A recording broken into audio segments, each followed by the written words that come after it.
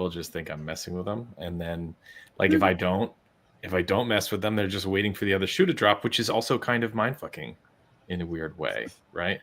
So I'm damned if I do and damned if I don't. And that is the complications of writing a book about mind fuckery. Ladies and gentlemen, I love writing. I do. It saved my life. Reading, writing, the creativity at the core of it. It's all about the written word. And we are honored to have some wonderful authors, some kinky authors, some kinky friends of ours. It's the YKF Author Circle, the first one of the year for 2025. It's going to be a good year. Let's get kinky. Let's get creative. My magnificent co-host, Kaz B, very prolific author from the UK, filmmaker, professional dom, just a sexpert, I'd say, straight up, and just a very cool person.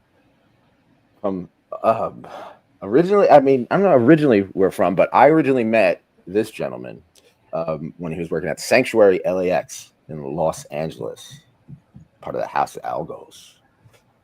A wonderful author who wrote a book about mind fucking, mind fuckery, the power of mindfully mind fucking. A wonderful, conscious, genuine way to do it, and also a very healing book of poetry and art.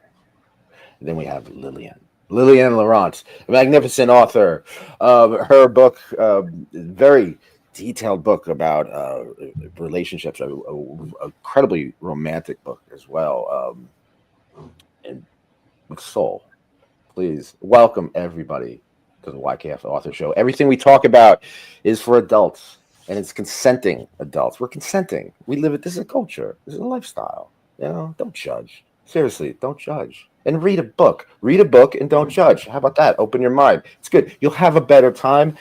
I don't know. You just live a better life. All right? Ladies and gentlemen, welcome to the YK Author Show. So let's go around the room. Kaz B, what's inspiring you these days? What? What's inspiring you these days? What's inspiring me these days? Oh, I think life and the universe.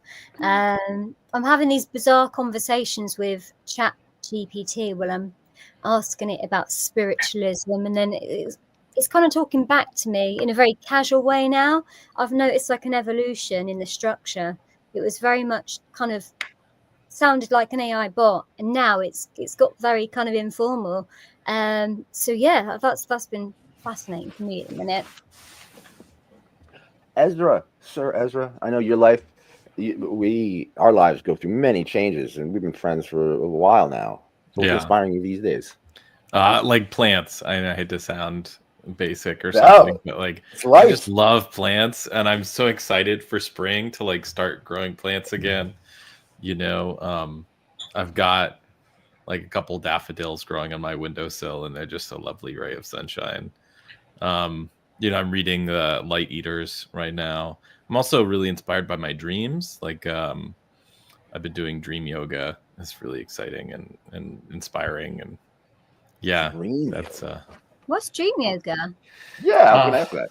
Yeah, so it's like a Buddhist practice. It's pretty closely aligned to the practice of lucid dreaming, but like ultimately with the goal of enlightenment. And so, yeah, not to get too into the weeds like right away, but there is like the illusory yoga practice where it's sort of like observing the world as an illusion and sort of saying like what part of what I'm seeing is an illusion, because we construct things, right? Like you see a flat gradient behind me and you say that must be a wall, right? And you are correct, that is a wall, but you know, we construct things with our minds, right?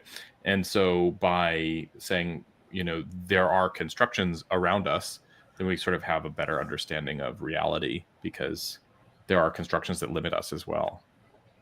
Wow. Yeah. That's beautiful. Lillian, what's inspiring you these days?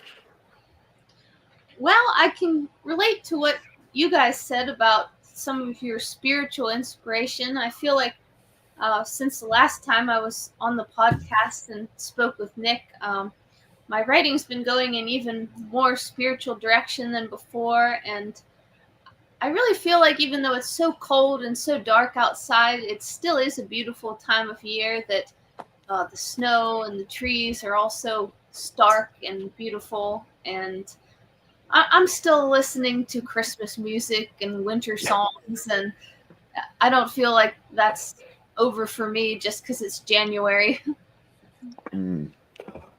That's the spirit. All right, let's get into it. Pablo Picasso said, "All art is fraud." Do you agree or disagree?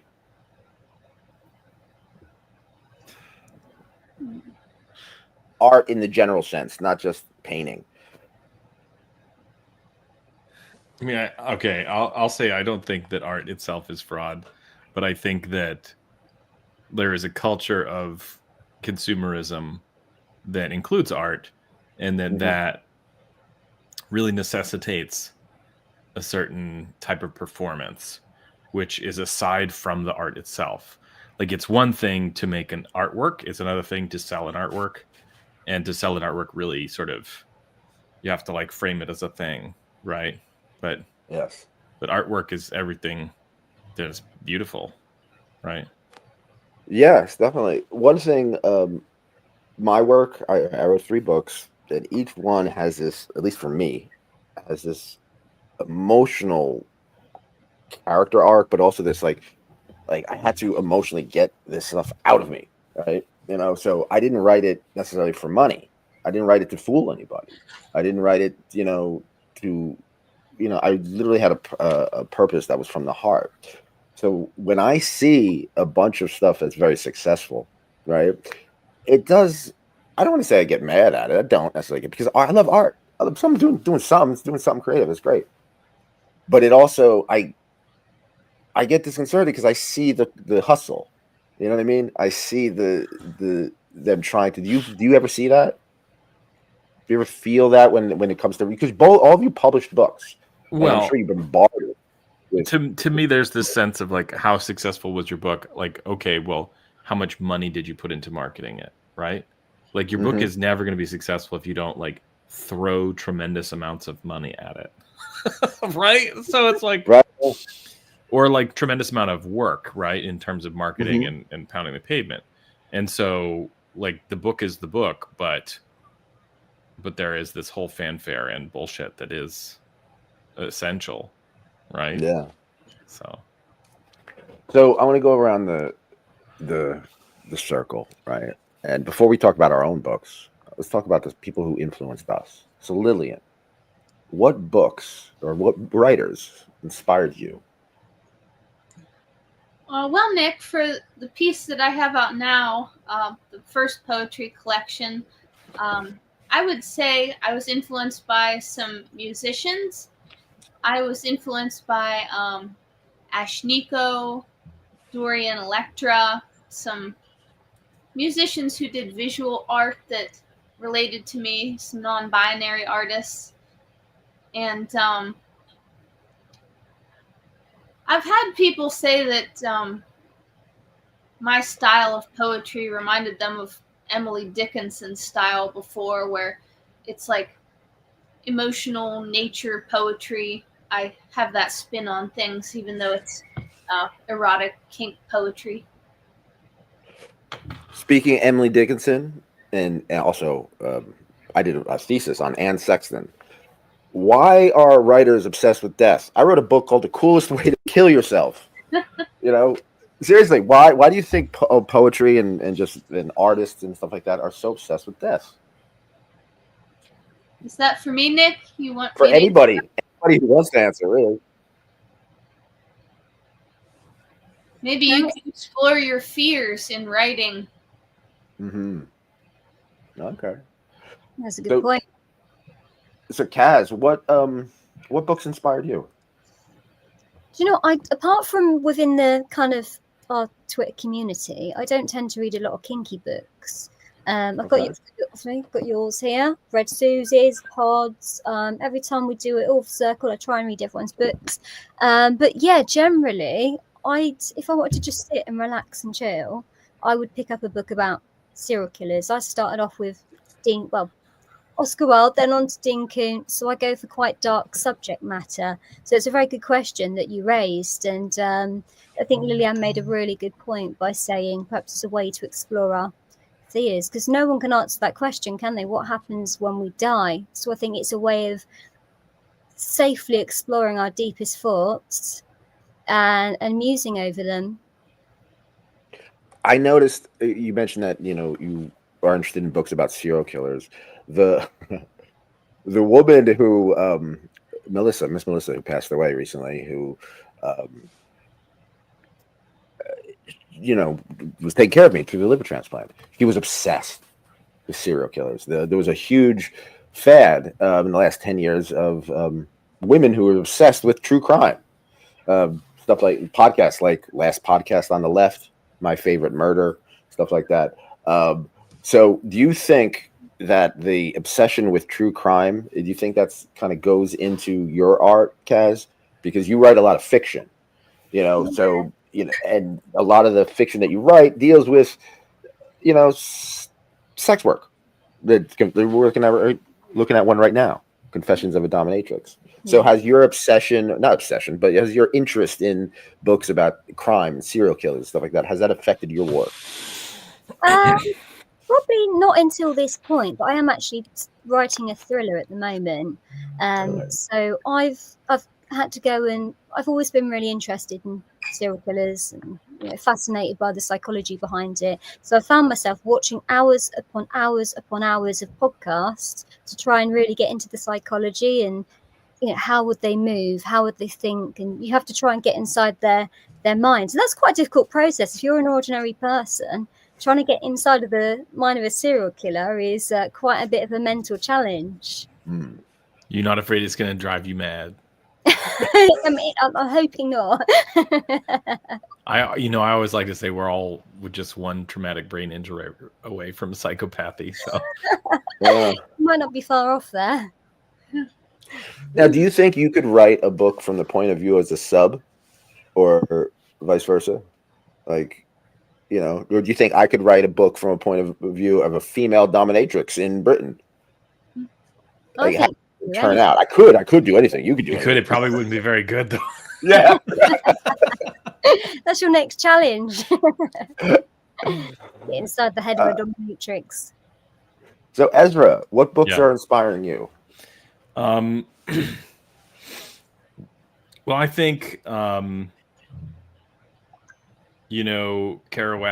was definitely an inspiration early, and Hunter Thompson early. Like, yes. I was like, holy shit, you can write like this, and people will read it.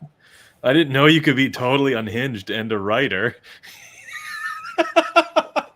But then, I sort of identify as dyslexic over here, and I don't read for pleasure. I read for like transformation. I read for education, right?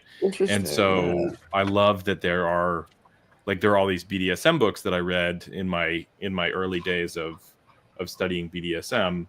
And so for that, it would be like Wiseman, Midori, and Dosi Nissen, right? So I'm really so lucky to have Midori as an influence in my writing. They wrote my foreword, and have been like an informal advisor and friend. So I'm really, really lucky there. Jay Wiseman called me up and said, congratulations, your book isn't terrible. So that was really nice. But and then gave me like 10 notes, right? So I'll take it. If somebody gives me notes, it's like take it as a huge sign of respect. But yeah, I mean, I always loved poetry in that it's like short, you don't have to follow the rules, and it speaks to like direct experience and emotionality, which is really powerful. But then I pretty much only read things that you might call a textbook, right? Or a guide. So, I mean, naturally that's how I write. And Lillian, what you been reading these days? Well, I've read some more. What books formed you? Yeah, I've read some more spiritual books this year. I just, like I mentioned earlier, I'm having more spiritual curiosity again, like about spirits, the universe, good and evil, especially in storytelling. I read some books this year that were like, I guess you'd call them ghost or demonology stories, which I don't think any of us fully understand that, and it's just kind of curious. So tell us about, let's go around and tell us about the books, because this is what we're here for. We're writers, we're authors. Lillian, let's start with you. Tell us about this wonderful book you wrote. Well, Nick, I'm 31 now, and this collection of poems I put together between the ages of 20 and 28, and it's all just a learning process about life and relationships, just in poetry form. And it was interesting, we mentioned like the psychology of serial killers earlier, being kind of curious, and I think maybe some of that curiosity is that maybe we're not as different from them as we'd like to think we are in some ways. Like, I feel like I notice repetitions in some of my relationship patterns or in my writing, where I think one of the intriguing things about like serial killers is they're stuck in a loop. Like, they keep iterating the same experience with like victim after victim, and some of us don't have victims, but we have relationships that we're learning from our experiences, and sometimes it takes several repetitions to learn the lesson. It's interesting that you say that, because I also see that with addiction, whether it's alcoholism or drug addiction. When I see in art, when I see our main protagonist is struggling with addiction or alcoholism or heroin or cocaine or something like that, that cycle, it's the cycle that just keeps on going. Yeah, see, I guess serial killing is an addiction in a way. So, Sir Ezra, tell us about your books. You have 2 books. I do. Right? Yeah. Under 2 different names. Let's very talk about very different books. Yeah, and I'm outing myself let's because one is my pen name and one is my legal name. I wrote Mind Fucking Mindfully in 2021, and I'm very fortunate to have seen a fair amount of success with this book. It's an audiobook, ebook, paperback. I taught the class probably 60 times. It's a very popular class, and part of the popularity of the book is that it's considered edge play, and so it's like really taboo topic that like people didn't really want to write about because they were going to enable bad acting, is the sort of rationale, right?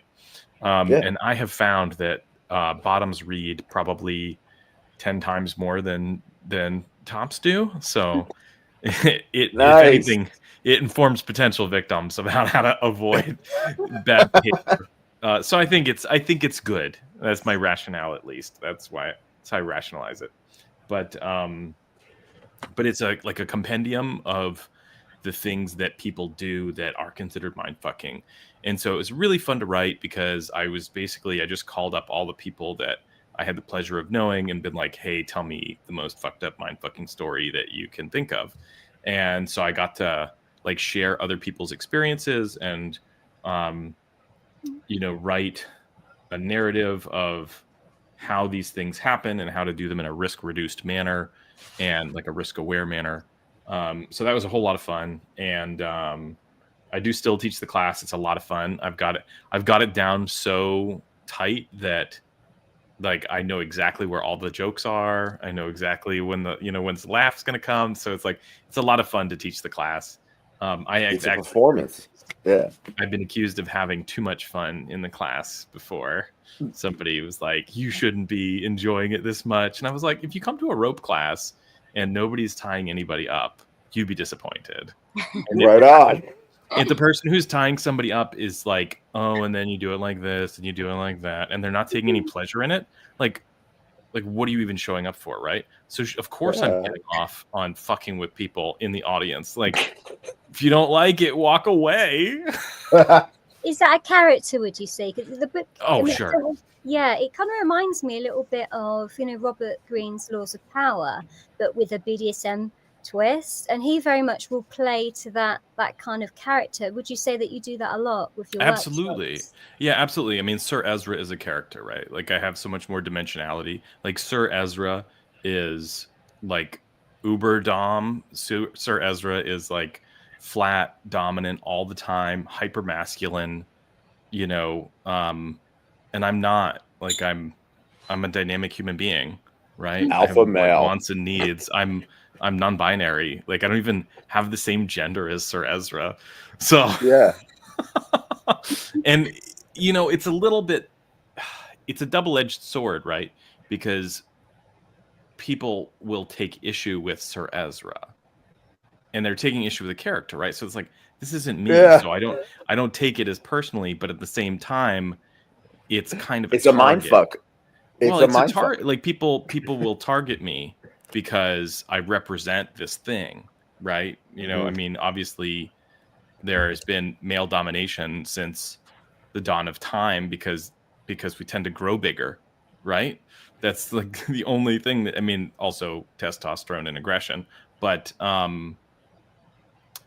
like, people will take their discomfort and frustration with the inequity of physical power and financial power and religious power in the world and sort of project it onto this person that is an easy person to attack. So it's really kind of exhausting, to be honest. But then, other times it's really sexy. So I guess I'll take it. I don't know. So Ezra, we're all friends here. And we're authors. How can we use mind fuckery to make a lot of money with our books? Sure. Yeah. Okay. So it's important. I meant that in a general whimsical sense. I'm not in a predatory sense. No. It's a practical question, and it's not an unethical question. You'd be mistaken to assume that vanilla mind fucking is inherently unethical, right? It's like saying a gun is unethical, right? Like, it isn't. Yeah. It's how you use it. And it's important to make the distinction between vanilla mindfucks and erotic mindfucks, because if you're talking about using this to sell your book, you cannot erotically mindfuck somebody to sell your book unless you're like in a DS and you're like, buy the fucking book 20 times and leave a good review, right? Which, that's new. I think that's ethically neutral. Not that I've done it, but every sales situation involves manipulation. Every single one. Like, if you want your ego stroked, pretend to go buy a car. And these guys are going to be like, oh, blue's a great color. You're smart for picking blue. You know what I mean? Or you have to buy it now. You have to buy it now because the sale ends tomorrow. Like, that's all bullshit. It's all bullshit. And in fact, we are so conditioned to expect this mind fucking that if we don't get it, we are disappointed. Yeah. So in other words, if people don't buy our books from the YKF author circle, their life will be just miserable. Yeah, well, another thing, like a parasocial relationships, right? And be like, oh, if you want to be like a Sir Ezra Knight, then you'd have to buy the book, right? It's this bullshit, like, initiation into a club that doesn't really exist, right? That's like, why being a Swiftie. That's why I wanted to do something like this, because I want the work to speak for itself, but also I generally think that all of you are talented, but you need to be, your work needs to be read. That's the problem. So we got to get it out there, and we got to find alternative ways to get out there.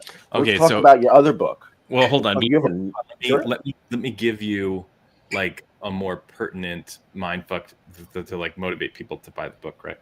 If you don't buy it, your partner's going to buy it. Yeah.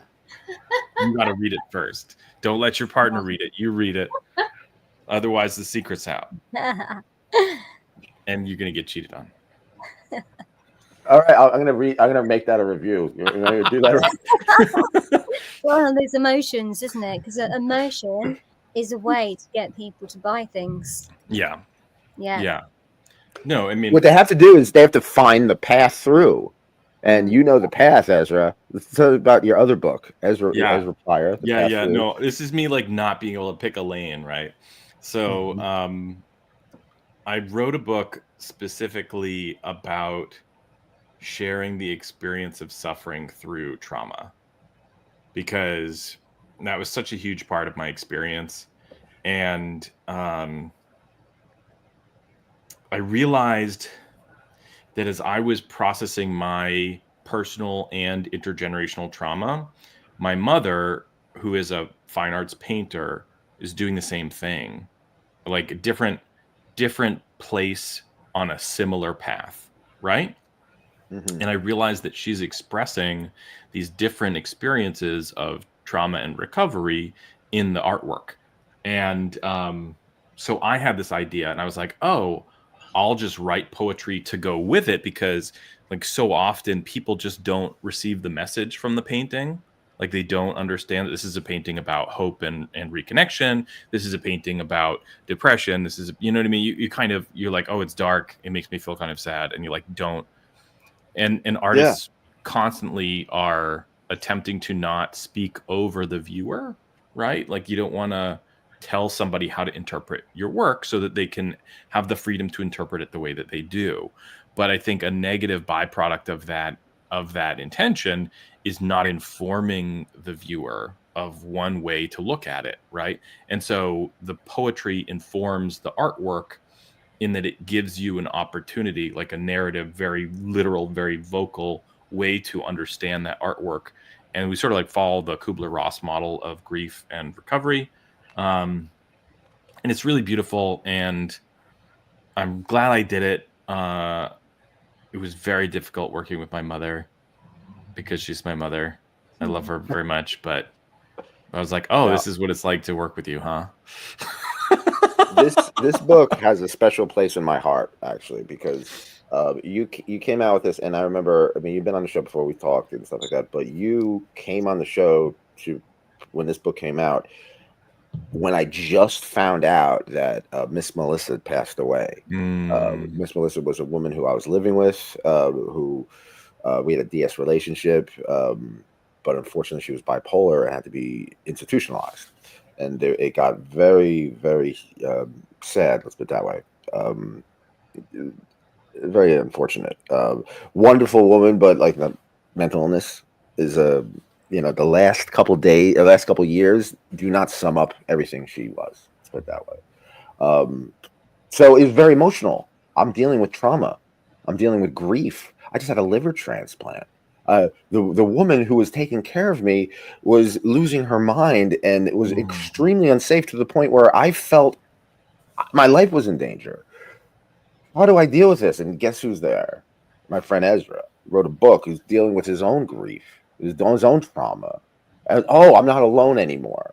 So this book. I highly suggest this to anybody who deals with grief or trauma or anything like that, because you're not alone. And it's another reason why I wrote this book.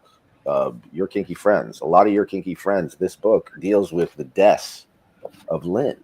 I write all about Lynn and the coolest way to kill yourself. But how do we go on when someone you love, someone you dies, or when your queen dies, when your goddess dies, when the person you serve, the person you love, when they're gone? How do you move on? And the way I felt it is through art. I took my broken heart and I made it into art. I wrote this book, and it's about how the kink community saved me. So your book, Ezra, you're part of the solution. You're part of the fire that burns in all of us. And I appreciate that. Thank you. Yeah. And that's so much more important to me than any other sort of measure of success, right? Like if I can help somebody feel less alone, then I think I've done my job as a human. Now, Kaz B, we can't forget about you. You wrote a couple books, but let's talk about, this is how I found you. Confessions of a Dominatrix, My Secret BDSM Life. Tell us about this book and the other books that you write. Okay, so this one, it's interesting that we've been talking about trauma and processing grief, because this very much ties into that. It's an autobiography, so it does span sort of the younger years, abusive relationships, ending up in the adult industry, which was not a place I was happy in at the time, And it's got elements of domination and how I become a dominatrix, but it's the whole journey. And it started out for me not as an intention to publish a book, but as a cathartic experience to express myself. I think very similar to what Ezra was saying, it's when people say to you, it's not, oh, I've sold X amount of books. It's when someone writes to you and says, do you know what, this chapter really resonated with me. I really loved this bit. It made me feel a certain way. I think that is just so priceless. It is. It makes it worth it. You know what I mean? And what's funny is, and I think all of you are gonna have experienced this, or will continue to experience this, is the fact that I've written some things in the book that I forgot I wrote, and they're like, "This really," and I'm like, "Oh my god, I totally forgot I wrote that." And I'm actually, it's a little reminder that I am kind of proud of myself. There's so much packed in there as well. I'm only on page 330, and I'm sure there's a lot more to go. And yeah, it's you've done so much with your life, haven't you? It's just crammed. Thank you for reading. Thank you for reading, Kaz. Thank you for reading. Page. Thank you so much for reading. Well, let's talk about your other books. You have a bunch of books on Goodreads. Just Sordid Secrets and Dreaming in the Dark. So tell us about these other books. Okay, those are fictional pieces, so they're based around a dominatrix. The Sordid Secrets is very much a short novella, so it's kind of almost like a snapshot into the life of the dominatrix with some short kinky stories around it. And then Dreaming in the Dark was almost like it was a prequel. Like, how did this woman become this grandiose dom that lives in a country manor? So you kind of get some of her backstory and her struggles and her addiction and trauma, which all kind of ties in, and how she overcame a lot of these problems with the help of her little sissy maid by her side that was there for her day in, day out. And they were like an interconnected family. So she got through her struggles, using with the support of the kinky people around her. That is beautiful. Okay, we're gonna get on with the show. Chaos One from Boogie Down Productions. He's talking about records and being a musician, and artist, and MC. He says image sells a record. Records come and go and get collected. Now, is that the same thing for authors? Does that hold true for authors as well? Ezra. I think so. I mean, it's like people want a piece of the experience. I mean, I sell way more books at the class than anything else. Okay. Because people want a token of that experience. If I can be there and I can it's like magic, right? I mean, we were talking about before, like the mindfucking class is like a whole performance, Mm-hmm. And if I do my job right in that class, I get people really excited about consensual and low risk ways to get sexy, right? And then buying that book is just like a touchstone. Like, yes, I hope that you can open the book and you can, you can see the outline and you can make notes and make reference and it does the job. But I think more than that, the book is a token of the experience, right? It's the mug, not the beer. Right? Understand that. You sell like the big horn at the Ren Fair to put your beer in, right? And you get to go home with the horn, and it's a token of that experience, right? Every time you go to a festival or a munch or a dungeon party or something like that, you take some home. You kind of cherish it, even if it's like. Are you a klepto? Is that what you're telling us? You steal no. People give me free stuff all the time. It's great. That's what's great about having a show. Cynicism as well. But I do. That's a great point, Ezra, because I sold more books when I go to book reading or I go to a dungeon and I bring a bunch, stuff like that, because I'm there. It's mine. It's like they have a piece of you. So. Mm-hmm. That's a very good point. What about you, Lillian? Image sells a record. Records come and go and get collected. Is it the same for authors? I think Image can help people figure out if you're someone that they would relate to or not. And I also agree with the personal touch that I feel like some of your first sales start with people that you know in person, that they know you and they have a context of where your writing's coming from. And it's like you were saying about Ezra earlier, where when you were looking at his writing, you felt less alone in your life. And I feel like that's what I hope people feel when they read my book too. Kaz B, what's your opinion on this? Image sells a record. Yeah, absolutely it does. I think when it comes to books, it's very hard sometimes to get that image right, because sometimes we can be trying to look at too many audiences, so you have to narrow down that niche and think of who you're selling to.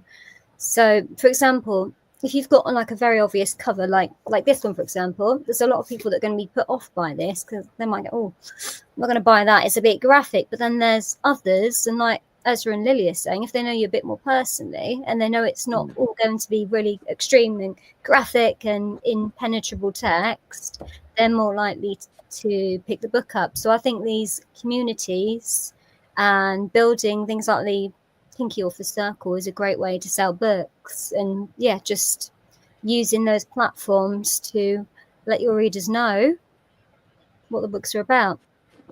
What's funny is that I get a lot, especially when I just came out. I worked so hard on this book, and then this is the cover. People were like, "Wait a second, what? It does sum up the whole book, really, but it's not your typical book cover at all. It captures a moment. It's art and stuff like that." I don't know. This was Miss Melissa, who edited the book, who passed away, who I talked about. She drew this out of a picture, because when I was writing, basically I was writing on my computer and my dog, and and the book is about writing this book, right? A lot of it's about the power of writing and stuff like that. So it's about me, and plus you can color it in, you could do all this stuff, you could change it, and the way it ages, it ages a certain way. I think when I write, I know that it's not just I know it's going to be reread, or it's going to be found in different contexts and out of context. So I want it to last and it to have an effect, or I think about the effect it might have years from now. If it will age well, I hope it will age well. So that comes up to another question. How do you ensure that your work ages well? Ezra? Yeah, I mean, I don't know. Ask me in 20 years how it's doing. I mean, it's just like if you throw a stone into the river, you gotta shoot your shot when you have the chance. And if you think too much about what's going to happen later, then you might not do anything, right? I mean, I can't. In some ways, writing the book has left me feeling trapped in this Sir Ezra character, you know. But I don't regret it. I mean, that was the best I could do at the moment, right? And you just got to go for it. I mean, there is a reputation management situation that I maybe could have done a better job doing, but I think if you think too much about that, then you're going to miss out. I don't know. Lillian, do you have any opinion on this? How do you ensure that your work ages well? I feel like your work ages with you as you grow and learn things. So you have to be willing to start at a place where you don't have it all figured out yet. And I like what it sounded like Ezra had done, where he was collaborating with his mom on making art. I feel like when you're including people of different ages, I feel like that can help it last and have context and history to it. Kaz B, throughout the years, you've been writing for a long time, and I'm sure that like what you first wrote years ago that you published, and then you look back, there are things that you want to change, things that you're very proud of as well. Also, how do you ensure that your work ages well? I don't think that you can. Yeah. I think it was Ricky Gervais that said, something that you say today, tomorrow could be absolutely disgusting and everyone would hate it. And especially with all the turmoil and the politics in the world, we never quite know what's going to happen tomorrow, next week, or next year. So I think the only thing that you can do is be authentic and true to your heart and what's important to you. If you stick to that rather than doing something because you think it will be popular, that's all you can do, really. Good answer. Hey, from Sestra. Oh, Sestra, my very good friend Sestra. This woman, Sestra Chaos, she goes by. This woman has the fire inside her, the light. A very good friend of mine from Mischief Manor. Yes, be on the lookout for Sestra Chaos and her art. Very, very talented woman. Okay, we got some questions. Michael, hi there. Happy New Year. Question for Kaz B and Lilliann. Have you guys ever sacked a guy in the nuts? And if so, how do you sack a guy in the nutsack? Well, like I haven't kicked a guy in the nuts before. Jeez. I know you gotta take Sir Ezra can't be in all this. Like, go ahead. I'll let you do it harder. Okay, how about this is the author circle. So if we were going to write a book about kicking Michael in the nuts, we're all going to kick Michael in the nuts. So you're in the UK. Lilliann, where are you now? Where am I at? Yeah. I'm in Pennsylvania. City. Pennsylvania. Mm-hmm. You're in what? You're in Maine now? No, I'm in Connecticut. Oh, Connecticut. That's it. Connecticut. So let's all of us get together. So we have to, Michael Brzezinski, we're all going to get together specifically kick him in the nuts. Kick Michael in the nuts.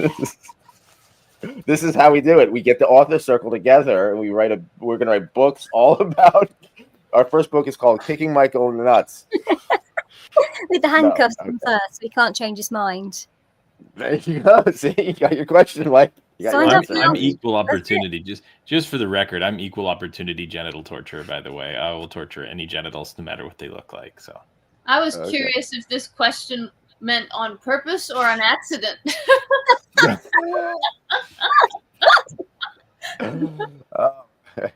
Okay, let's go move on with the show. Kinky authors versus vanilla authors. Now, I go back and forth on this all the time. I'm proud to be a kinky author. I am. But then I see the way we're treated. Obviously. Seriously. I walk into but my books, you can get them in Barnes & Noble. You can get them in any bookstore, but you have to special order them. You know what I mean? They're not just like on the shelves. They are in some independent bookstores, but I have to go there specifically and talk to them and get a relationship with it, which I've done. It's great. It's fine. Just time consuming. So I want to go around how do you feel kinky authors and vanilla authors? How can they get along? How are they different? What's your take, your instinctual take on kinky authors versus vanilla authors? Lilliann. Well, I know some of both, and I feel like some of my future writing, I plan to include some vanilla things. I started off with kinky. I feel like that makes a bigger splash to get some attention, get people talking to start with. It's just different approaches. I feel like I saw on some of your past interviews that people were saying how different the marketing is with something that's 18 plus. And I just had someone the other day tell me that they couldn't find my Patreon page when they searched for it because it was an 18 plus Patreon page and you have to click a certain feature for that to show up in your search results.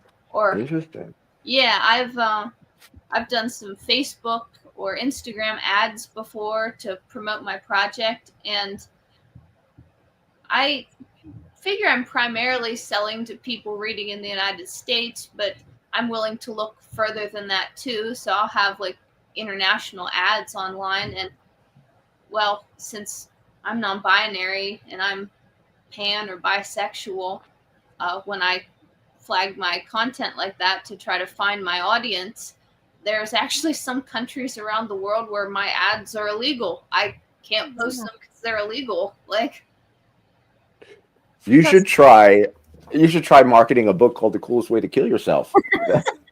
Right? Yeah, that's controversial. So I'm gonna skip to the next question.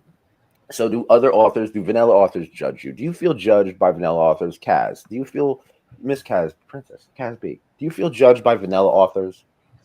I think sometimes someone a bit more vanilla can almost look at kink as if it's a contagion, and if they touch it or comment, it's gonna taint them somehow. And I know not all authors are like that, but there's very much that kind of ideology that, oh no, we don't go there. But I think slowly things are changing, and I think maybe we just need a bit of Ezra's tools to just brainwash them into being a bit more to kink.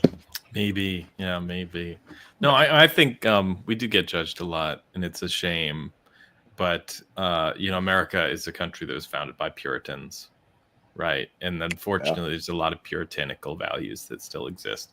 I'm finding much more on the East Coast than the West Coast. And it's, You're finding more Puritan values on the East Coast than the West Coast? More puritanical values on the East Coast. Yeah, everybody's really afraid. It was really challenging. Like, there is a BDSM community here, and I've connected with them, but it's not like there's no Los place Angeles to have a party or a class. That's not true. There are some in New York, and there are some private parties. But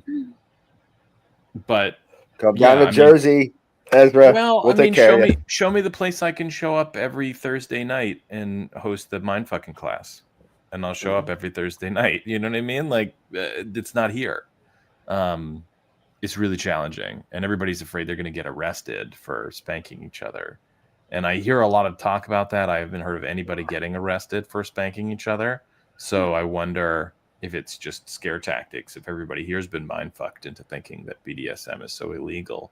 Because it's illegal everywhere, right? Like every state can say that you've been abusing your partner, and we're going to press charges on behalf of your partner, right? But where do they actually do it? Ezra, okay, I'm going to get back to the show for a second, but since I got you here, I want to take advantage of this moment, because you are an expert in mindfuckery. So have we just been mindfucked as a country?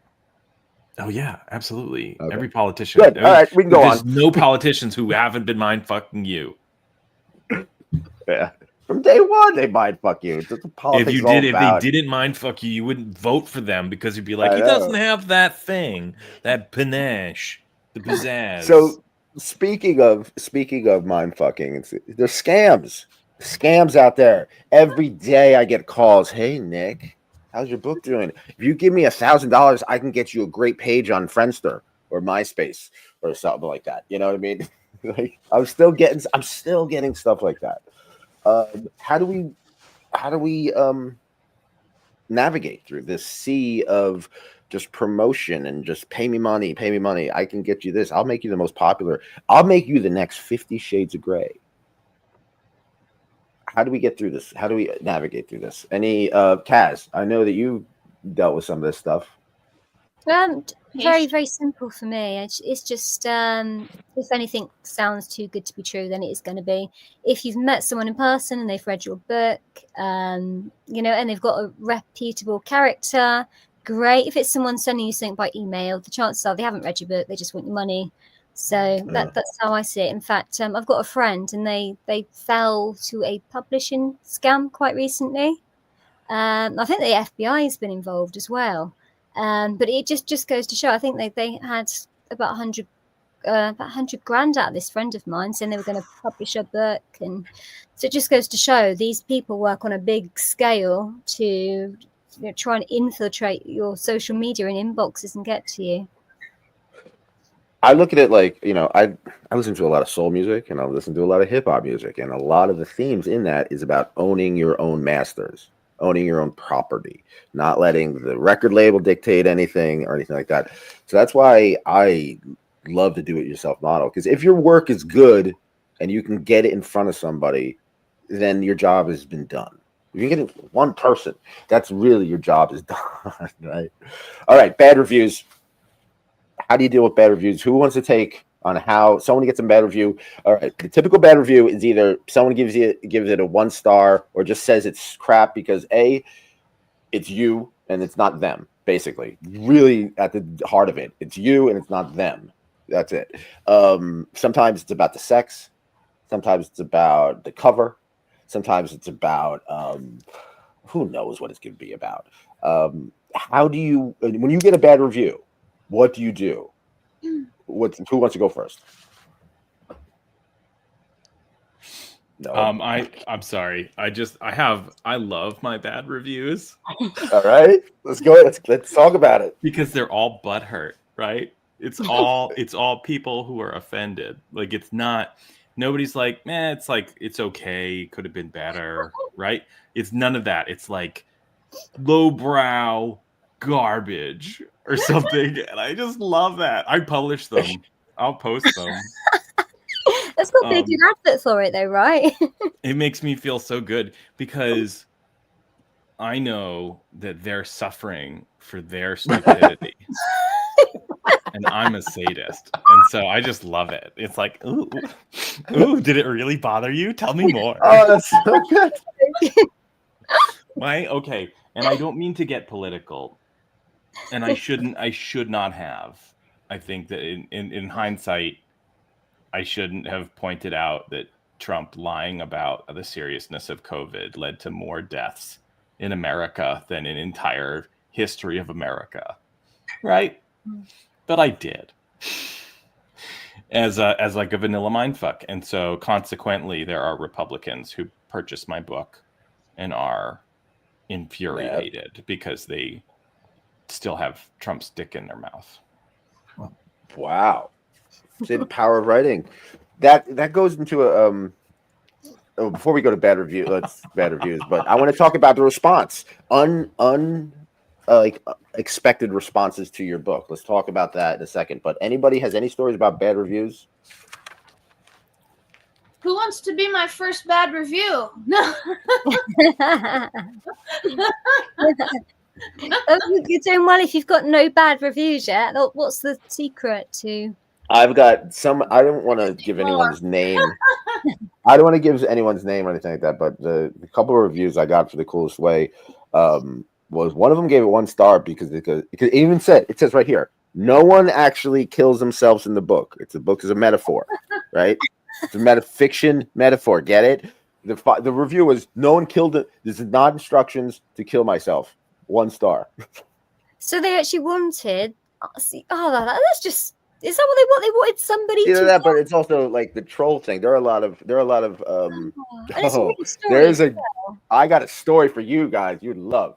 There's this guy named Dylan, all right, he wrote a book. I don't know if I could bring it up, but he wrote a book and he got a bad review on Goodreads, right? And it was a fantasy book. It's called like The Woman in the Pearl or something, a series or something. I forget. His name was Dylan though. And someone wrote a bad review, and in response, he responded saying, "How dare you? This is money. You're taking money from my pocket, and you're doing it." He responded to a bad review. That didn't go well at all. The internet picked up on that, and just now his book is like 1 star all the way. See, I don't even remember the book anymore because it's so low on the list. But it's just people just trolling it. Just 1 star, 1 star, 1 star, 1 star. Bad reviews. Now. It's terrible. Good reviews. Good reviews. What are some of the reviews that really made it felt like it was worth writing? What did someone say about your book? That it doesn't have to be necessarily an official review, but just a response, a review. What did someone say? Someone said they felt like I had already told their story. Really? Love that. That's beautiful. How did that make you feel? Humbled.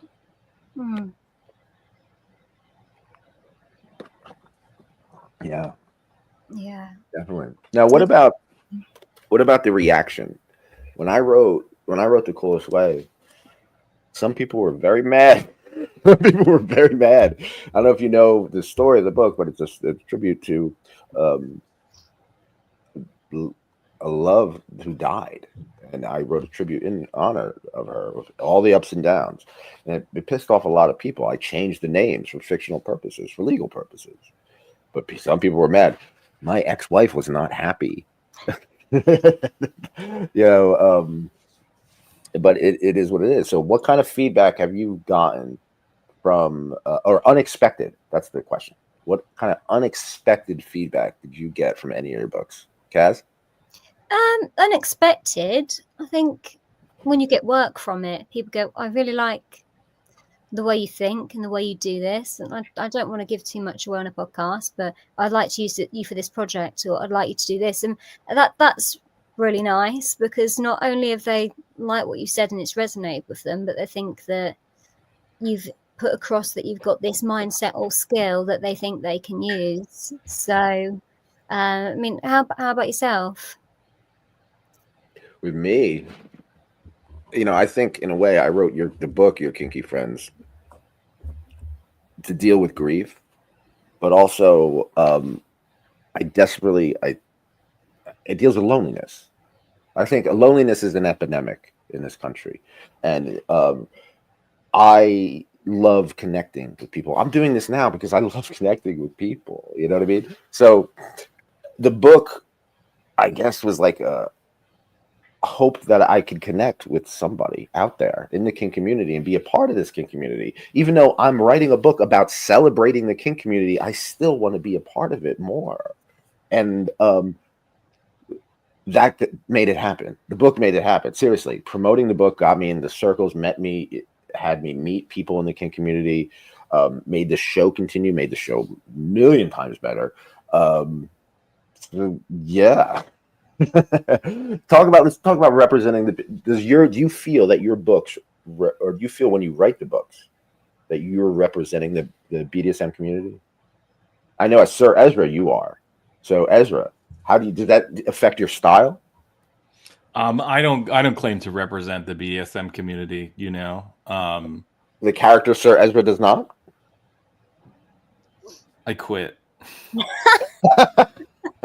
What's the new character gonna be, or is that a secret?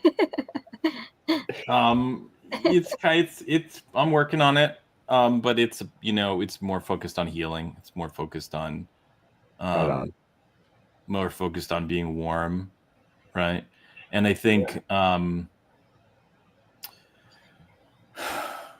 think that was kind of the purpose in the first place, like as big and scary and demonic as Sir Ezra was. It was still about helping people and holding space. And so many people were really trying to just project on me and spreading rumors that it just was so exhausting. And I'm really tired of being people's emotional punching bag. I'm just not here for it anymore. So kind of broke my heart a little bit. Yeah, you've got this opportunity now, haven't you, to just transform, because there is that stigma around BDSM where people are going to look at you. And I think you use the word demonic, which really sums up the mindset of some people when they look at the BDSM community. I don't know, how do you feel about that? Well, I mean, like people, I travel, right? So I've taught in like 10 different states, and I always hear people say, there's no good DOMs, right? So how could that possibly be, right? And it could be that there's no education, right? I mean, we all have shitty viewpoints that were given to us by a really gross and toxic culture, right? Like just it exists. But we all come from that and we transform into something else. So people either aren't given the opportunity for transformation, or they're expected to be perfect. And if they're not perfect, they're thrown away. And it is absolutely option B, right? Cancel culture has ravaged BDSM because it expects people to be perfect. Mm-hmm. And if you can't be perfect, if they can't go their entire careers without making any mistakes and growing from them, then they're somehow unworthy of being in the community, right? And so we don't have a shortage of DOMs. We have a shortage of respect and care and calling in instead of calling out, right? Like, how do we take people into the community? How do we take people who are already in the community and go, hey, like, this way behavior doesn't meet up to the standards that I think, how can we come to an agreement? How can we workshop that, right? Thank you for saying that, Ezra. Seriously. And when it comes to other people in the community, if I want to restate this again, if you notice, this show is about celebration. I don't talk crap about anybody in the kink community. You know why? Because you're part of my community. I want to help you. I don't want problem. I want to be part of the solution. I don't want to be part of the problem. We need each other. Now more than ever, people, please be cool, be kind, keep an open mind. All right, let's talk about movie deals. I know. All right. I'll take it. I'm gonna yeah, okay, great. You want one? You got one. You got one? Lillian, you got one too. All right. I was talking to my friend Sam Hell. Sam Hell is a film director. He does X-rated horror porn, brutal stuff. Is really cool. Check it out. All the blood. What's his name? Sam Hell. All the murder and all the dismemberment is all fake, but all the sex is real. So it's so I talk about. He's a friend of the show. Great guy. Check out his work. Independent all the way. He's doing it like underground stuff. Wonderful. Really, really cool. So I asked him, I go, all these indie authors, I'm friends with a lot of them. And, of course, we're all dreamers. When I wrote this, it's a movie in my head, right? Even like all the way to the end credits in the soundtrack. So when it comes to movie deals, Kaz, out of all your books, which one would you think would make the best movie? I never thought about that, so I'm gonna have to have a quick think. It's going to be a toss-up between. I think it'd have to be Confessions, actually, because The Ruthless Guide, it's more of a journey, but there's no actual plot to it. It's kind of between a guidebook and anecdotes, and it allows the kink community to have their voice as well. But I think Confessions has got the storyline because it's from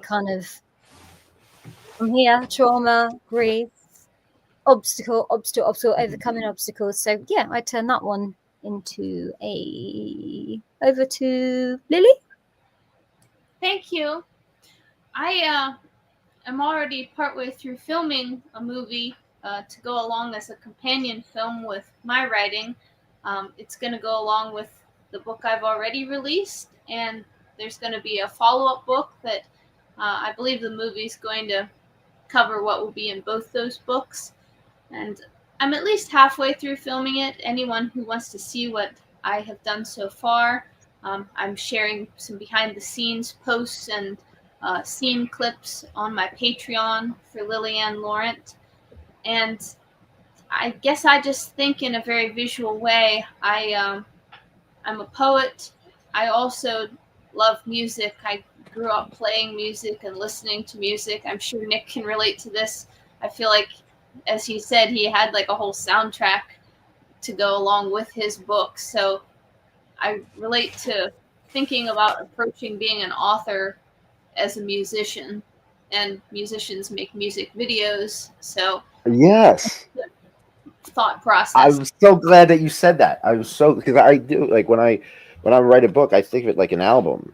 And when I think of like a music album, I think of like the cover, the liner notes, what it's like, the effect it has on me, the timestamp when I got it in my hand, where was I, what was going on in my life, who was I with, stuff like that.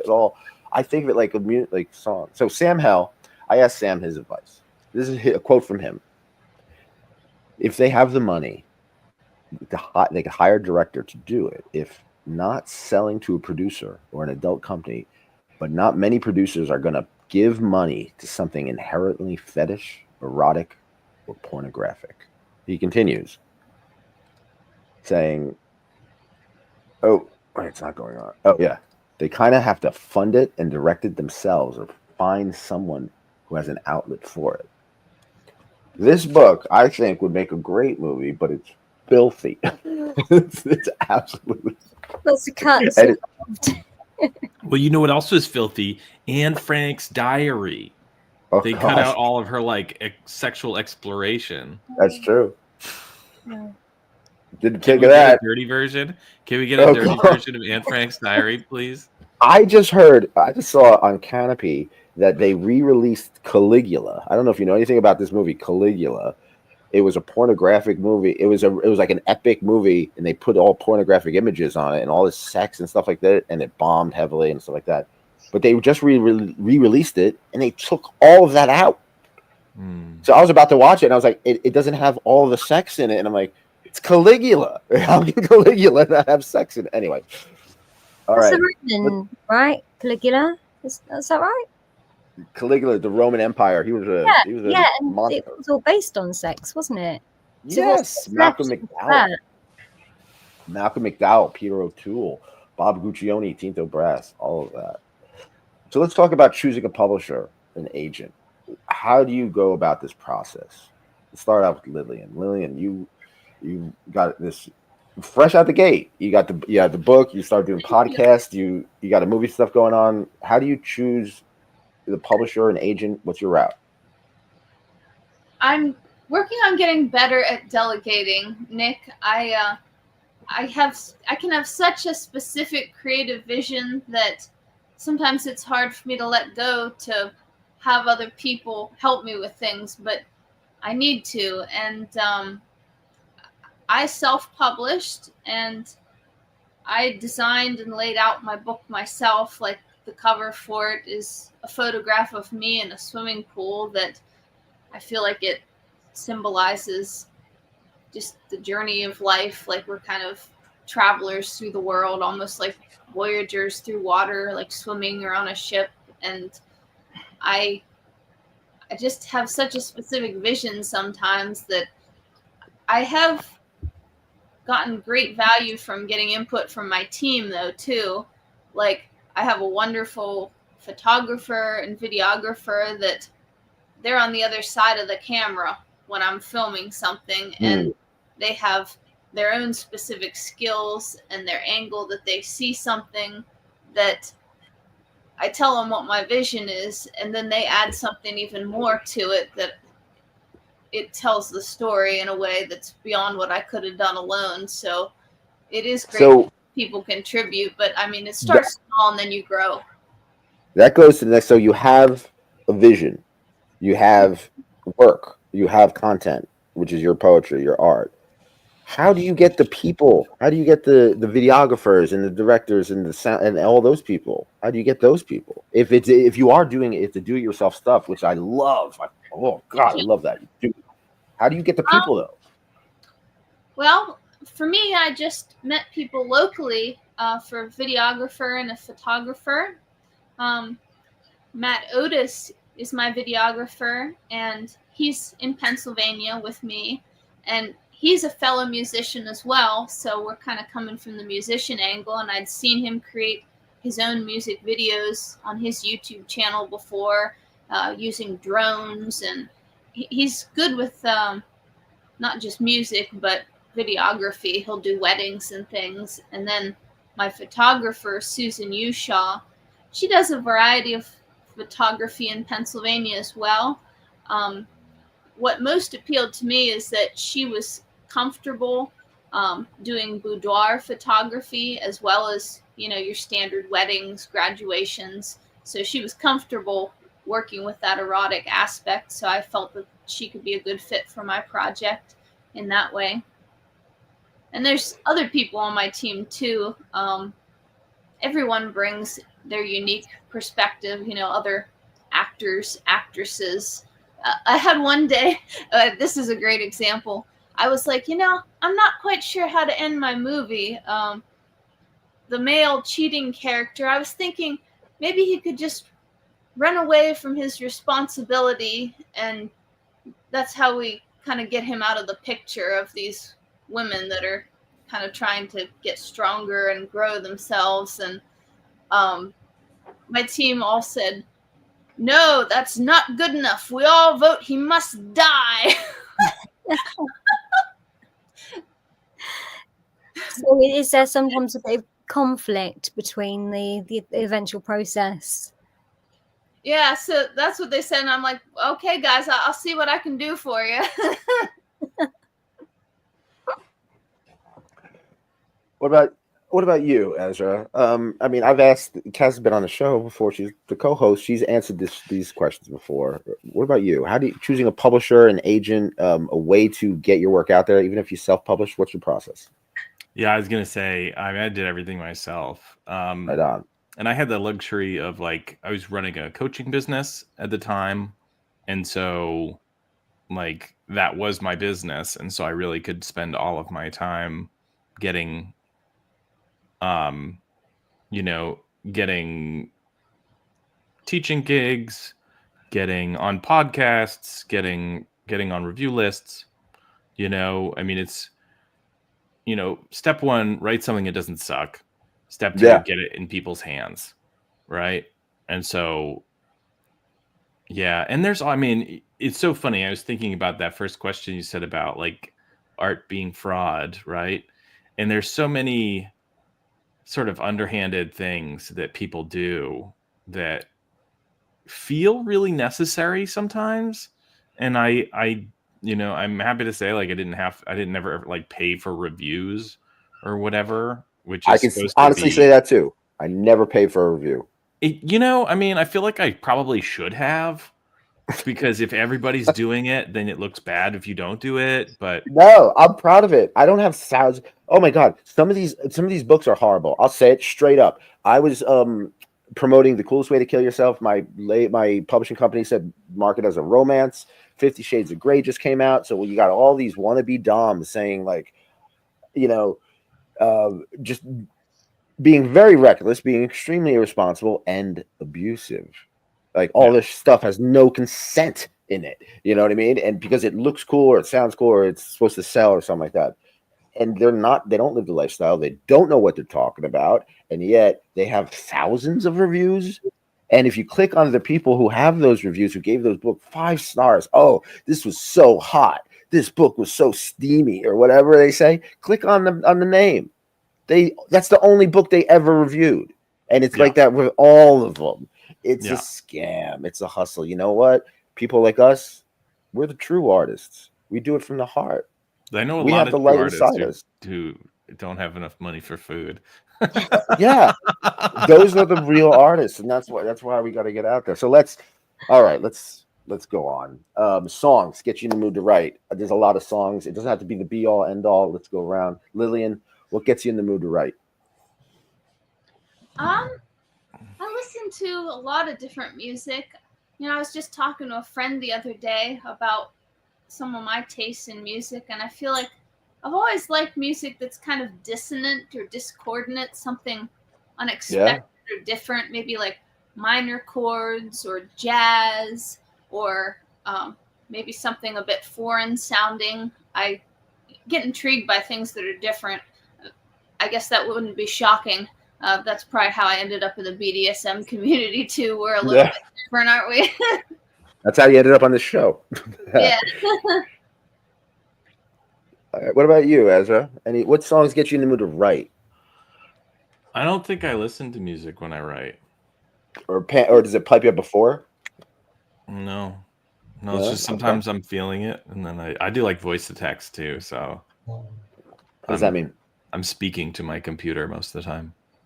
Oh, voice to text. I thought you said voice attacks. Yeah. I'm like, is that part of mindfuckery? The first thing that came to my mind was Motorhead's Ace of Spades, but I don't think I've ever been like, yeah, let's fucking go. I don't think I've ever. I don't think that's accurate. That's just like that's what came to mind, but it's not real. You can see Ace of Spades in like a dark dungeon scene or something like that, or maybe someone like, I don't know, getting their ass beat like really. What about you, Kaz? Any songs that get you in the mood to be creative? I've read recently that listening to Beethoven can put you in a mood for concentration. So I've Okay. been waking up thinking, right, I'll try it before I write because I can't have noise when I'm writing. And it does actually seem to work. It does seem to put you into that state of concentration where you can focus a little bit more. So I don't know if it works for everyone or if it is coincidence, but yeah, so that's what I've been doing lately. How about yourself? What's funny, I mean, it's different for every book and for every project I do. The current project I'm working on, I have a whole playlist on Spotify called TCW Save My Life, because it's called The Coolest Way to Save My Life. It's about the liver transplant and all that stuff. So I'm using that. But for your kinky friends, I have to say, I just got to mention this. Like OCD, like I have this OCD thing, and I had to play the song "Your Love Is a Fine Thing" by The Raining Sound every single time I did anything before I wrote this. But it was like a weird OCD thing. It's a very loud guitar song on the album Too Much Guitar. It's a pop song. They're from what's it? Nashville, Tennessee, rock. Great band, Raining Sound. Your Love Is a Fine Thing. All right, covers. Ezra. Well, that one's covers. easy. I mean, my mother's the artist, so Yeah. if you guys need any art for covers, like I got you. All right. But no, I mean, I want to see something that's nice to look at. You know, I want to have a book that is pleasing to the eye and up for interpretation. And yeah, I mean, the hardest question is like what color, and then once you figure out what color, then I just go with the professional artist who lets me use their work for nothing. No. Do you, when it comes to color, that's interesting that you say color. Some people go really into it, like, well, green symbolizes balance because it's in the center of the spectrum, and that's why it's this. Do you go that deep into the colors, or you just say, oh, it feels right? I liked the cover of Mind Fucking Mindfully because it felt like a city in the distance under siege. Like it felt like a fire, like a city ablaze in the distance. Okay. You know? Yeah. And then the path through was more like a path, right? I mean, I hate to be so literal, but I am. And the path through is like, it's kind of blue, so it's a little sad, but there's a way. You can see there's a place for your eye to go, right? Now, one of the things, I'm sorry, Kaz, you're going to say something? No. You carry on, please. All right. One of the things I want to talk about was substance abuse in writing. I was dealing with grief a lot through my books. The pain of loss, especially during The Coolest Way to Kill Yourself. I was drinking a lot. I wasn't doing drugs. I can't do drugs. No heroin, no cocaine, but like there were times where I was drinking a lot. And has substances affected your writing in any way, good or bad, whether it's alcohol, marijuana, ecstasy? This is not just it says abuse on the bottom, but I'm talking about the good stuff too. You know, so who wants to go first? Kaz, would you like to talk about any kind of, So I tried microdosing with this amanita, which is known as fly agaric. So you take it in a really tiny microdose. And I have noticed on the days where it's not something I do all the time, I just think, well, I might have a bit of that today and see how the right, and it really seems to flow and feel more emotive. So this really interests me. Like I'm interested to hear how you guys, if you've tried anything, would be alcohol or a herb, or how it's affected your writing. You know, I think I forgot, but I think I was microdosing the whole time I wrote Mind Fucking Mindfully. Yeah, I think I was. Yeah, if I just think about the timing of it, then yeah, for sure. And I think that the second book was inspired. The Mind Fucking Mind. The Path Through was inspired by like an ayahuasca retreat that helped me see how much I could help people. You know, but it wasn't. I wasn't like, you know, it wasn't during an ayahuasca ceremony that I was writing. So I told Kaz about your ayahuasca retreat, and she has some questions. Yeah. So yeah. Well, let Kaz, me plug it, right? So so there was a retreat center in Peru, and it's really lovely. It's matriarchal Shipibo retreat center. There's 3 shaman, and usually the shaman are like treated like rock stars. They get like shipped in, and you don't get to talk to them or touch them or anything like that, right? Like there's like a total, like they're on stage and they're the performer. And in this retreat, it's run by a Shipibo woman, and you get to have like private conversations with these people, and I think it's really important. It's really valuable, and I have an opportunity to bring people there and also offer coaching, right? So I'm a certified intimacy coach and life coach, and some of the Shipibo viewpoints sort of are like, don't think about sex, and I think that can be really hard for people who have like sex is a really big part of their life, and I think that often is the experience with people who are kinky. And so I thought it would be really powerful to have a kink positive ayahuasca retreat. So I'm putting that together in May, the 12th to the 29th. I'm sorry, the 12th to the 19th in May, and the 19th to the 26th in 2 successive weeks. And so you can get coaching and the retreat. So, but yeah, what can I tell you about that? Wow, it's so many questions. So did you find, what was more effective for you? Did you find that the microdosing allowed for more of an expansion of your consciousness, or was it the ayahuasca, or was it a combination of the two, and how did it affect your writing? I think it was a process. Like I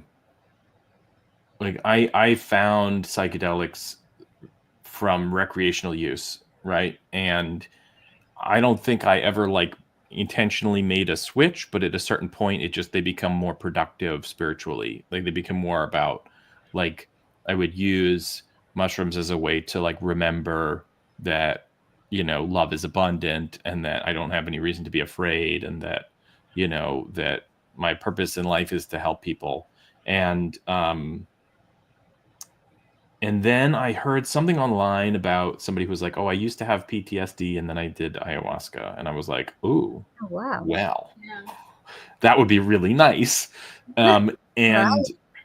And I'll say that I didn't realize how much of my life was fueled by the fear of death, or the fear of inadequacy, or the fear of scarcity, right? And that fear, if it's not completely gone, became like way more manageable. And the first retreat I did was like run by Westerners, and maybe it was like the great step for me, but it was, it was very like therapy oriented. And then the second retreat that I did was actually 3 weeks, and I'm like, I'm eating 800 calories every other day. Like I'm starving literally. And it opened me up, and it was held in a way that was in accordance with this indigenous community, and an indigenous community that like my ancestors have nothing to do with too. I think that feels really good to me because it's clean, and they set the terms, they own the business. I'm in the jungle, I'm isolated, and it really transformed my experience in a deep way. And the second book came out between the 2 ayahuasca retreats, right? So I haven't written the book that might have resulted from the second retreat yet, but I'm working on it. And I just, there's so many times where like we learn things and we're like, okay, I know that's true. I know that the universe is abundant, and I don't need scarcity. I don't need to like operate under this illusion of scarcity to exist and to succeed. But you don't feel it, right? And then like ayahuasca helped me feel it, and really feel connected spiritually, and reminded me again like how I'm here to help people, and I'm here to love, and I'm here to be, That's amazing. people's relief. Yeah. That's inspiring, and I can somewhat relate with you two saying about trying microdosing. I've tried microdosing various substances, and I think it's true, like what Ezra was saying about how it can help with trauma, because I think it can disrupt your thought cycle, where sometimes I would get stuck in negative thought loops. I guess it's like Nick, we were saying about addiction, or we were saying about serial killers earlier, like stuck in a thought loop. Like I feel like psychedelics, either if they're microdose or macrodose, can kind of break you out of the loop. And I think that can be really useful for growing, and when you're growing, write more and new things. Without a doubt. I used to love tripping on acid and ecstasy. I was a rave kid, and even if I wasn't in the rave, my friends and I, we would do it all the time, and we were all like writers and wannabe artists and stuff like that, but we were teenagers. But it made us look at life differently. It made us look at hear music differently, taste food differently. It made everything different. So it made at such a young age, which I'm not condoning doing drugs at a young. I'm not condoning doing drugs at all. I'm just saying that my experience with it did. Psychedelics made me look at the life at world differently. It broke free. It's like it shattered my expectations, my viewpoint of everything. So Ezra, for people doing ayahuasca for the first time, what are some tips? Yeah, no, I remember I put a lot of energy into this particular question, being prepared for this question, because I think it's really important. And this is Kaz B's question. Yeah, Kaz B made this question. Thank you, Kaz. There's the old wisdom is set and setting, right? So you come into a place, and that is your setting, right? Are you on an airplane, or are you in your bedroom, or are you at a hotel? What is your environment? And the other is set. What is your mindset? Are you stressed out? Are you relaxed? Are you introspective? Are you what, right? And those two components are going to make a huge impact on your experience. And the other component, the other sort of two-part component that I would bring up is ritual and intention. So ritual is like a habit with which we do things, and it sometimes can be somebody else's habit. Like when we talk about religious rituals, like we don't mostly come up with those ourselves. We take them from our ancestors, right? Yeah. But we can make our own rituals also. And the other component is intention. Right. And so like, why are we doing these things? And I remember when I was studying yoga, when I was very young, there was this notion there was this guy this young student was being made to climb the pillars in the temple. And eventually he got frustrated. And he goes, why are you making me climb the pillars? I'm supposed to be studying yoga. And he goes, yeah, but the teacher says, yeah, but when you do something with an intention, you achieve that intention, right? And so he was climbing pillars for yogic mastery. So if you sit with these substances for mind opening, then that's what you get. If you sit with them for healing, if you sit with them for relaxation, if you sit with them for fun, then you pretty much get that. I mean, there's going to be exceptions, and there's going to be some results from mixed. Maybe you have a mixed intention, and you're not like keying into the fact that you're not 100% there for that one reason, but those are really important. And I think the difference in the intention of doing it for fun and doing it for transformation are huge. And I'm not putting down people who use mind-altering substances for fun. I think that, again, that's like ethically neutral. It's it's like a gun. A gun doesn't do bad. People do bad, right? So substances don't do anything without you, right? You put the acid on the table, it's just going to sit there. But you can use it as a tool to do transformation. You can have fun. You can do harm. And there also is not like totally benign, right? If you abuse it, it will abuse you back. And then Oh, also yes. like there's mental health challenges that people don't know they have until maybe they use some psychedelics and shake it free. So it's not risk free. It really isn't. No, You it's know, if very you have risky. any history of, you know, mental health in your family, then you should really weigh those options, because, you know, you can go your whole life without finding out that you have that problem, or not. Kaz, you have this question. Would you like to ask it? I do, yes. I have a question. My page keeps moving around, so apologies in advance for that. It says, yeah, Leave did you meet? there. DMT entities. That's what I want to ask you. Yeah, sure. So Tell us about so DMT is you could call like the active ingredient in ayahuasca. But it is not the only substance in ayahuasca, and so I would differentiate. I would say it's not the same thing to be using DMT as it is to be using ayahuasca, right? They're similar but different. I think that there is a greater spiritual connection with whole plant medicine. And I didn't meet any what you might call like traditional DMT entities.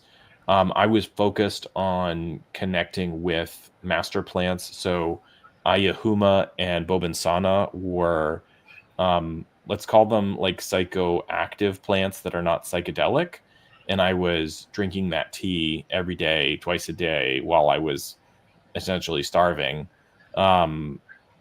with the intention of connecting with those plants. And I did definitely connect with those plants in really profound ways. Bobinsana is very loving. Bobinsana is like very generous and very kind. And Ayahuma, on the other hand, is a strict teacher and taught me a lot, but it was not easy and it was not fun, you know? I mean, it's hard to say. Like, I think a lot of people get visuals of entities and then interpret them as they are. I mean, I had like whole conversations with these spirits, and it was a really intimate conversation and really intimate connection that that spanned multiple days, you know. So I don't feel like I missed out by any means, right? It was really powerful and valuable experience. But I didn't see like machine elves or anything like that. Machine elf. Yeah. I did see a lot of sacred geometry, but I didn't see like the gray people is another one that often people will see. Yeah. I connected with my ancestors, some of my past relatives. Oh wow! So Yeah. and did they come through with a message for you? Yeah. My grandmother disapproved of some of my professional behavior. I told my mother, and she's like, "Oh yeah, she definitely would have said that." But what would you say was like the most mind expanding thing? Is it something, you know, that has been a psychotropic, or has it been an event in your life that's led to an epiphany? I mean, it's hard to say. My dreams are transformative also. Like, I get really deep lucid dreams, and my dreams come through like allegories, right? They're like metaphorical stories that are like painfully obvious sometimes. But I think that like just the understanding of like we are all light and love and stardust, and the reason that we are here is to observe each other and love each other, and like we are Mother Earth's eyes. But more than just our eyes, like we are Mother Earth's heart, and we are Mother Earth's mind, and we are, I mean, you know, devotion in all things is a concept that really kind of boggled my mind until I was, you know, high as giraffe pussy in the Peruvian jungle. And I was like, oh.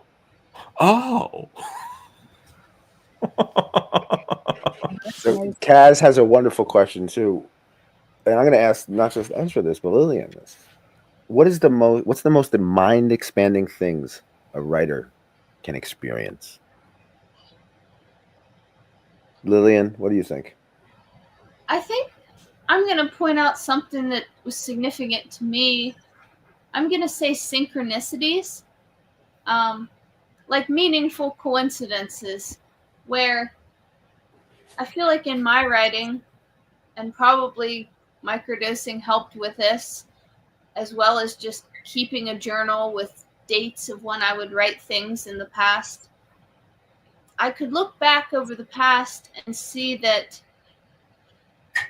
there were coincidences that realize fully what was happening at the time, but in hindsight, it has more meaning. If you follow that, dates lined up that I couldn't have caused to line up.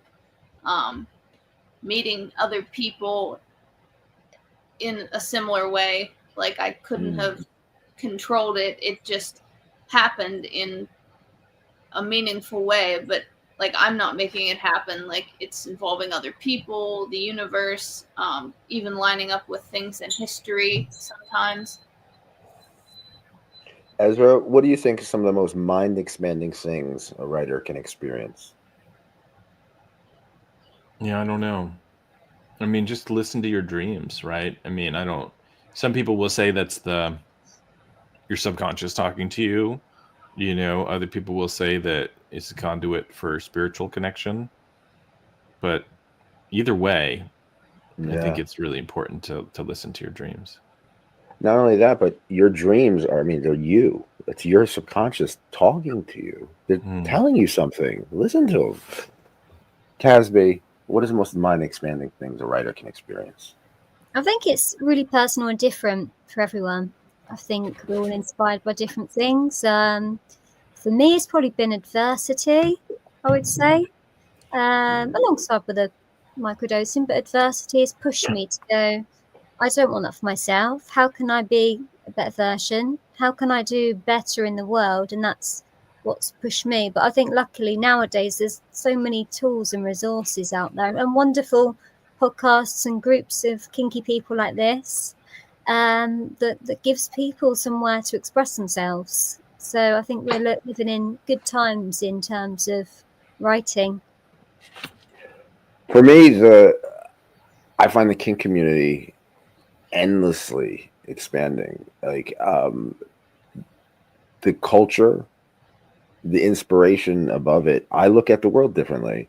Sure, like the drugs and help and music and art and all that stuff, but I think the culture itself kind of puts me in a situation and it gives me a confidence in my own creativity to be like, oh, I can look at the world a little differently. So I don't know. That's my take on it. All right, creative prompt, and then we're gonna go.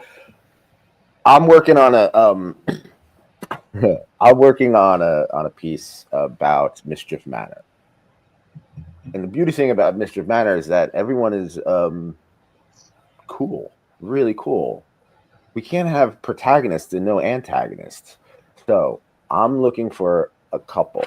And this is a couple that would represent the kink community. Now think of at a dungeon, at a munch, at a party, a couple that is going to cause you a problem. What are their traits? So we would need a name. What is their image like? Their style? What are their character traits? Stuff like that. So when you think of a villain, a kinky villain, what's the first thing that comes to your mind, Kaz? I'm kind of thinking that they'd want to blend into normal society, a bit like Clark Kent. So you've got your average couple next door that she's baking cakes, putting them in the oven, taking them around to the neighbours, but then they sort of jump in a phone box and they come out in all studded kink wear and go to these munches on the quiet. Yeah. All right. So very like white bread suburban kind of. Yeah. All right. Any thoughts? Any thoughts, Ezra or Lillian? Yeah, I'm thinking of somebody who like puts himself in a position of power for all the wrong reasons. Right. Oh, I see where you're going with this. I'm thinking of like power couple. I'm thinking of like, you know, they run a dungeon or they, you know, or they run a group and their purpose of running the group is to like collect subs. Right. And they're like competing dungeon. Yeah, maybe. Or they're like two doms in a relationship, and they just chew through people. Okay, yeah, chew through Maybe subs they've and got sissies. maybe if you've got like some sort of carrot on the end of the stick of like pornography or something. There's some way that the person could get paid if they participate. I think we can make a superhero for like sissy, like for sissies who've been abused or something like that. The superhero can like, go around and like, save them from abusive doms. Lillian, any In a different direction when you first mentioned that prompt, I was picturing kind of something over the top theatrical, like they're just very eccentric couple, sort of like Gomez and Morticia or Joker and the Quinn, where like there's just something a bit off about them, and they're just really obviously out there. All right. This is okay. This is great. This is great. So be on the lookout for this new project, the Magic and Mischief Manor. Seriously, I'm gonna take all those in, and if you ever have any other writing prompts or thing that you want to work on for the next show, you are welcome. But let's talk about writing prompts. To you, what makes a good writing prompt? I've been in creative writing classes pretty much my whole student life. What makes a good writing prompt? Lillian? I like ones that are open-ended. I mean, sometimes I even just play like a joke game with my friends where I have a list of questions that I list just to see how people will respond. And I like that it's open-ended because it gives them the freedom to respond. Like, I think one of the ones that we had on the list not long ago was, if you had a third hand, where would you put it? All right. Where would you put it? Where wouldn't I put it? Where would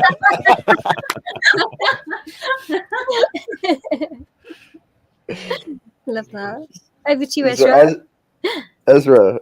I think like a conflict, some dilemma is valuable in a prompt, right? Because there needs to be a conflict for the story, and if you got to figure it out, right? Like, guy walks into a bar, it's like there's no story there. Guy walks into the wrong bar, now there's a story, right? There's a story. So there's got to be some kind of conflict. I don't know, but that's as far as I can go.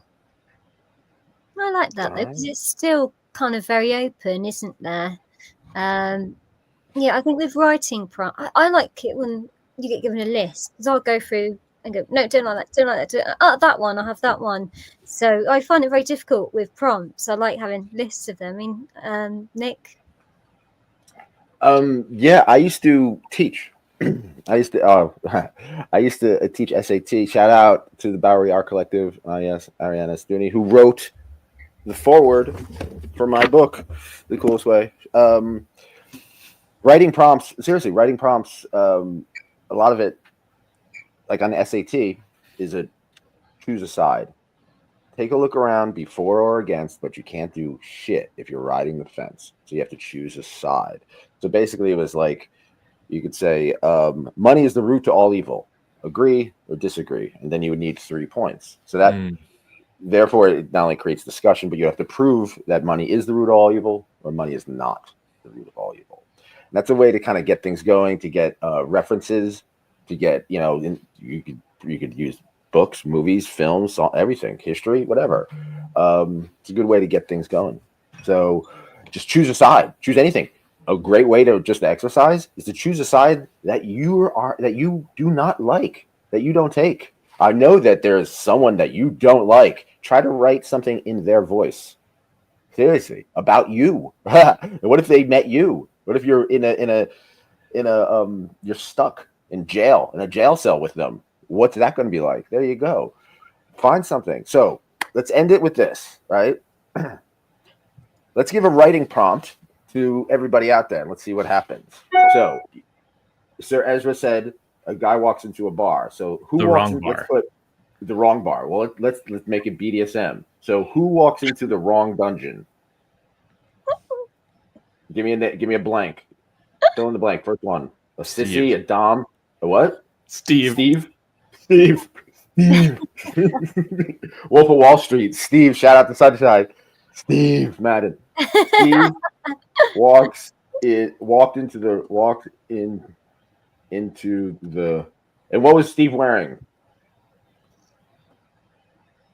Lillian, what was Steve wearing? A cape.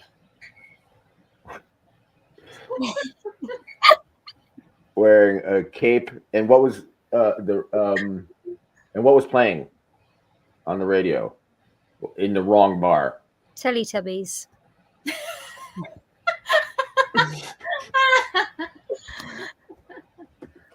Maybe not. No, it was Hypnosis. playing on the TV. And now we have to bring the BDSM. We're going to start off the conflict, and then whoever will finish what happens next. So, let's have a mistress there. Mistress, what's mistress's last name? Peanut butter. All right, peanut butter. Oh no. TV, mistress. Peanut butter says, Best prompt ever. or here, told me, and then I'm going to put blank. So everybody out there, Kaz B needs an answer to this for her new book. Steve walked into the wrong bar wearing a cape while Teletubbies was playing on TV. Mistress Peanut Butter told me blank. What did she say? All right. Hashtag. So this is a YKF. prompt. Yeah, it's a circle. It's a circle. You just need a quote, just a line. Let's see what he says. All right, everybody. Finally, Can I just plug the retreat one last time here? Yeah, we're gonna do plugs all around. Yeah, okay. Well, I'm sorry to speak out of turn. Then go ahead. No worries. Speaking of that, someone's like, "Someone help me. Where can I find this book?" We're all gonna